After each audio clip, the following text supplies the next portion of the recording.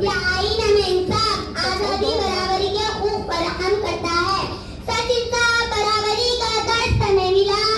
सच, इंसाफ, बराबरी का दर्द हमें मिला। यौम-ए जमहूरिया ने पैगाम हमें दिया।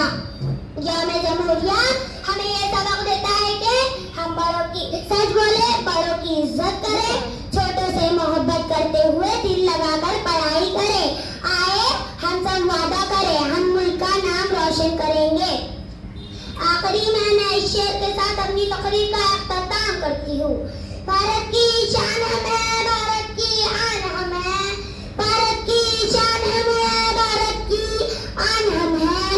इस देश का मुस्तकबिल में मेहमान हमें। शुक्रिया।